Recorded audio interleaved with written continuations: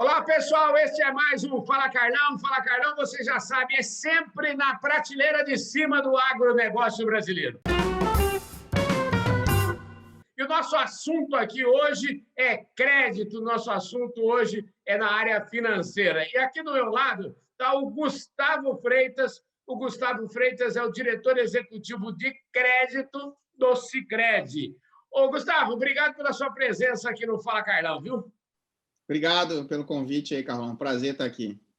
Olha, o Gustavo é o seguinte, ele é economista formado lá em Viçosa, depois ele fez um mundaréu de curso, ele mesmo vai explicar para nós, mas, o Gustavo, você explica, e ao explicar você diz o seguinte, ó, aqui eu sempre falo que ninguém nasce diretor de nada, todo mundo tem uma história boa para contar. Então, antes de explicar os cursos que você fez, eu quero que você vá lá para trás. Eu quero saber onde é que você nasceu. Me conta um pouquinho a sua história aí. Perfeito, Carlão. Eu sou do interior do Rio, uma cidadezinha lá que chama Itaperuna, fica na divisa do Espírito Santo com Minas Gerais. Desde cedo, né, eu rodei bastante, morei em vários lugares. Então, para resumir aqui, eu fiz o meu segundo grau fora, depois eu cursei economia na Federal de Viçosa, e aí da Federal de Viçosa eu vim para o Rio Grande do Sul, para Porto Alegre. Em Porto Alegre eu cursei de novo um curso de economia aqui na Federal do Rio Grande do Sul. Nessas formações todas eu acabei também morando em São Paulo, né? Então fiz cursos pela USP, tanto na parte de controladoria, depois pela parte de engenharia, e fiz alguns cursos fora, até que o próprio Sicredi me proporcionou, o mais recente deles em Wharton, lá na Universidade da Pensilvânia. Enfim, essa é a trajetória acadêmica, a gente brinca, né? Que a gente busca formação, mas eu comecei a trabalhar no Sicredi lá em 2002, né? Então tive a oportunidade de trabalhar bastante tempo aqui, quase 7 anos. Depois eu rodei um pouco, queria ter novas experiências, trabalhei um pouco em São Paulo, em outras 2 instituições. E mais recentemente, aí, em 2015, eu voltei para o Sicredi para assumir aqui um desafio numa área de riscos, né, que cuidava especialmente de risco de crédito, a parte de concessão, inclusive, etc. E ali, em 2018, eu assumi esse novo desafio, que estou agora, né, como diretor de crédito, diretor executivo de crédito, da entidade centralizadora do Sicredi, que é o Centro Administrativo Sicredi. Então, meu papel aqui é ajudar os nossos associados, centralizar uma série de atividades, enfim, algumas coisas aí para o Sicredi prosperar. E aí, claro, atendendo as nossas cooperativas que estão espalhadas aí por todo o país. Acho que esse é o resumo da minha trajetória, Carlão. Trabalhei bastante em várias funções, em várias coisas, e acabei, né?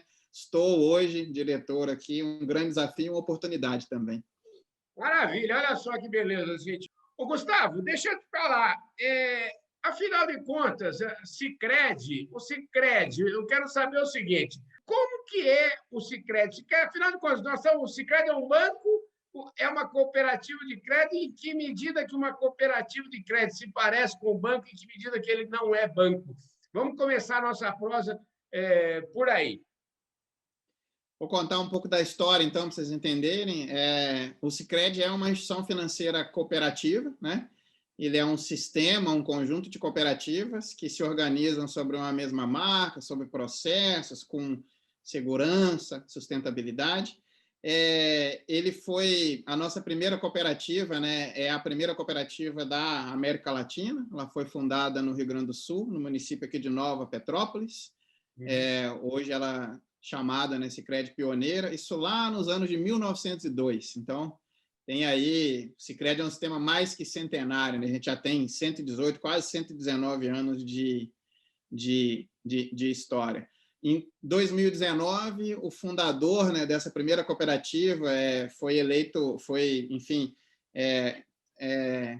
eleito patrono do cooperativismo de crédito brasileiro, que é o padre Theodor Amstead. Ele está por tudo, a gente sempre volta às raízes, às veias do fundador.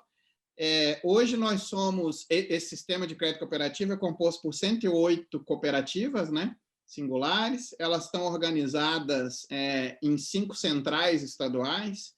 Hoje nós estamos presentes em 23 estados, mais o Distrito Federal, temos mais de 2.000 agências distribuídas por esse Brasilzão aí. Em boa parte dos municípios, em mais de 200 municípios onde a gente está, nós somos a única instituição financeira. E nós oferecemos um conjunto de produtos e serviços, né? São mais de 300 produtos e serviços. Esses produtos e serviços fazem um papel financeiro importante, né? Ele é similar, se você pensar, ao que um banco presta, presta em termos de produtos e serviços, mas eu acho que a principal diferença aqui está menos nos produtos e serviços, que são, eu acho que, da mesma qualidade. Em muitos casos, a nossa proximidade traz até um produto e um serviço, enfim, melhor, né? Mais ali tangível, mais próximo. A gente tem uma estratégia que a gente sempre brinca, né? A gente tem, enfim, atuação nacional, mas com presença local, presença regional. Então, nesses municípios onde a gente está, a atuação da cooperativa é fundamental, é ela que sabe, enfim, direcionar as necessidades do município, dos seus associados, o que é aquela microeconomia que está ali. Então, umas são muito fortes no agro, outras em serviços, outras em empresas de forma geral, indústria. Então, isso muda muito e eu acho que essa é a nossa principal característica, essa capilaridade de conseguir atender essas regionalidades de uma forma muito clara e ampla. E eu acho que a diferença fundamental aqui, do ponto que você trouxe, mas é um banco ou não é? Na realidade, a gente enfim, somos um conjunto de cooperativas e cada cooperativa tem uma diferença, uma estrutura de capital e um desenho que é fundamental a gente dizer aqui, né? O dono da cooperativa é o associado, né? O dono do banco é um banqueiro. Então, uma cooperativa ela é formada por um conjunto de associados, por necessidades comuns, por uma visão comum sobre propósito, e são eles que tomam as decisões nas assembleias, eles participam dos resultados, eles participam dessa distribuição de sobras, e eu acho que esse é o principal diferencial do nosso modelo, né? Essa regionalidade e essa capacidade de atender o associado como um propósito principal. Como é que, no caso da cooperativa, como é que esses papéis, às vezes, eles se misturam? Eu sou, ao mesmo tempo, associado, sou cliente e sou, vamos dizer assim, um acionista. Do banco, aí, no caso do Sicredi. Como é que esse dilema bate em vocês aí? Como é que é? Ele bate, mas ele talvez seja o diferencial desse modelo, né? Para você ter uma ideia, Carlão, enfim, só para dar um número para você entender, a participação do cooperativismo de crédito no sistema financeiro brasileiro, ela ainda é pequena, né? Por exemplo, ela chega a 3%, 4% aí, se a gente pensar. Então, temos grandes bancos, temos outros bancos mais pulverizados, e o cooperativismo de crédito, se você somar todas as cooperativas do país, tem uma participação próxima de 4%. Se você for para a Alemanha, se você for para o Canadá, Estados Unidos, por exemplo, nos Estados Unidos a gente não se dá conta, mas essa participação chega a 50% do total de atividades financeiras. Na Alemanha é muito alta, na Europa é muito alta, então a gente tem um espaço enorme no Brasil para implantar essa cultura. E no seu ponto específico, talvez ele seja essencial, né? Ele é um diferencial muito importante, né? No Sicredi, esse associado ele não é um cliente só que ele consome um serviço ou um ponto. Ele é o acionista, né? Ele decide em assembleia uma série de coisas. Então, vou te dar um exemplo bobo. Se a assembleia decidir que, de forma geral, preços, taxas, serviços têm que, por exemplo, diminuir, existe obviamente um padrão profissional. É um sistema muito regulado. Você precisa dar viabilidade para o sistema. Então, não é associativismo sem preocupação, você precisa dar resultado como qualquer outra empresa.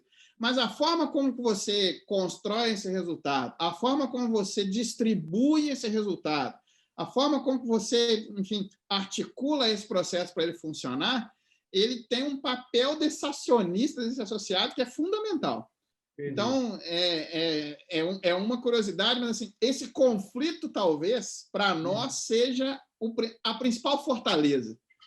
Na Assembleia, quando chega lá no final do ano, o associado, em geral, ele teve taxas equivalentes, às vezes abaixo, inclusive, do mercado, teve serviços muitas vezes customizados, muito próximos da necessidade dele, e ele olhou e falou assim, bom, como investidor, eu estou tendo um rendimento que é X, que talvez seja parecido com aquele concorrente que ele tinha antes. Entendi. Como tomador de crédito, eu estou tendo ali taxas, custos que são parecidos com o que ele tinha antes. Mas quando chega o resultado no final do ano, e ele faz a conta, e esse resultado é distribuído, né, quando tem sucesso, esse resultado volta para o investidor, ele refaz a conta e fala, opa, mas aí eu recebi aqui um rebate, eu vou dar o nome assim, né, para quem toma crédito, fala, recebi um rebate pela minha atuação. Esse rebate é exatamente a participação desse acionista. Isso é fundamental no nosso modelo. E aí eu queria trazer um ponto para encerrar esse bloco, né? A Assembleia, às vezes, decide, ao invés do resultado ser destinado para o bolso do acionista, para esse participante, às vezes ela decide pelo município, por aquela região que tem uma necessidade. Eu vou dar o exemplo da pandemia no passado. Muitas instituições doaram recursos para hospitais, respiradores, etc. Várias das nossas cooperativas decidiram em assembleia destinar parte dos resultados para a gente passar por aquele momento de crise. Isso acontece em diversos momentos e quem decide é a assembleia. O acionista é soberano nessa decisão. O que o cooperativismo faz é que ele pense não só no seu resultado, né?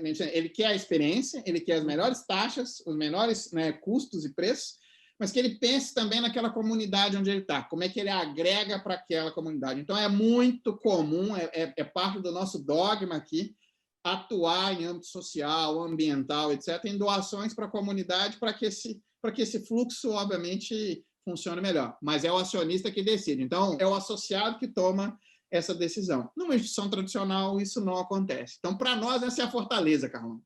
E agora vamos falar um pouquinho de crédito, né? Já que a gente está falando, você é o diretor de crédito, eu quero saber o seguinte, tem muito dinheiro aí, já emprestou todo o dinheiro que você podia para o pessoal do agronegócio?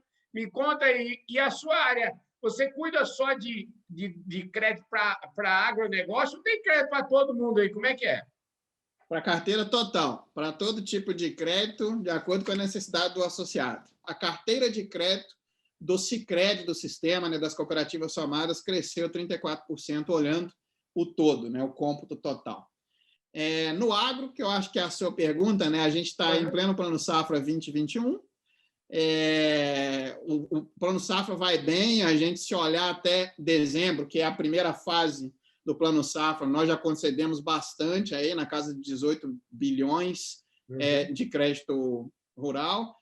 Esse número aproximado, tá, Carlão? Não, minto, a gente já concedeu, se você olhar o ano de 2020, 33 bi. Se olhar só esse segundo semestre do Plano Safra, na ordem de 18, 19 bilhões. Mas o crescimento nesse período para o agro, só para esse crédito rural tradicional, olhando investimentos mais custeio, foi da ordem de 23,7%, 23,6%. Os números não estão auditados ainda, mas é uma prévia aqui dividindo com vocês. E o que a gente fez agora, né, a gente já está mirando no Plano Safra, obviamente, no 21, 22, então a gente anunciou, fizemos aqui as nossas, né, os nossos cálculos, etc., a gente está disponibilizando quase 7 bilhões de reais de pré-custeio, né? O Sicredi é a segunda maior instituição do agro no Brasil, tá? É a primeira privada, né? E é a segunda maior instituição em concessão para o agronegócio brasileiro. Custeios. Não me diga isso, sério mesmo? Sim. Tem uma instituição pública, que é a principal, e a gente entende todas as razões, o histórico, etc., e a segunda maior é o Sicredi. Esse segmento nosso de pessoas, empreendedores, enfim, que tocam esse Brasilzão aí, fazem a coisa rodar, né? Esse segmento no Sicredi tem um valor enorme, ele é super bem atendido, a gente tem uma proximidade enorme, o que nos faz estar nessa segunda posição. Isso vale para linhas de investimento de BNDES, isso vale para linhas de custeio de forma geral, para crédito livre, tudo destinado ao agronegócio brasileiro. Maravilha. Gustavo, show de bola, adorei a nossa conversa, vamos fazer mais prosa igual a essa aqui, show de bola. Eu queria agradecer imensamente sua presença aqui no Fala Carlão e dizer que nossas portas estão sempre abertas aqui, viu? Eu que agradeço pelo convite, Carlão, por essa oportunidade. Um prazer estar com você, com um bate-papo super descontraído, e um prazer estar com os ouvintes aí, todas as pessoas que te acompanham. Enfim, estamos super à disposição. O Sicredi está de portas abertas. No que eu puder sempre ajudar, estou aí disponível. Um forte abraço a todos vocês. Se vocês ainda não se inscreveram no nosso canal, a hora é agora. Se inscreve no nosso canal. E se você estiver na audiência nacional e internacional do canal do Boi, muitíssimo obrigado, um forte abraço, eu vejo todos vocês no nosso próximo programa.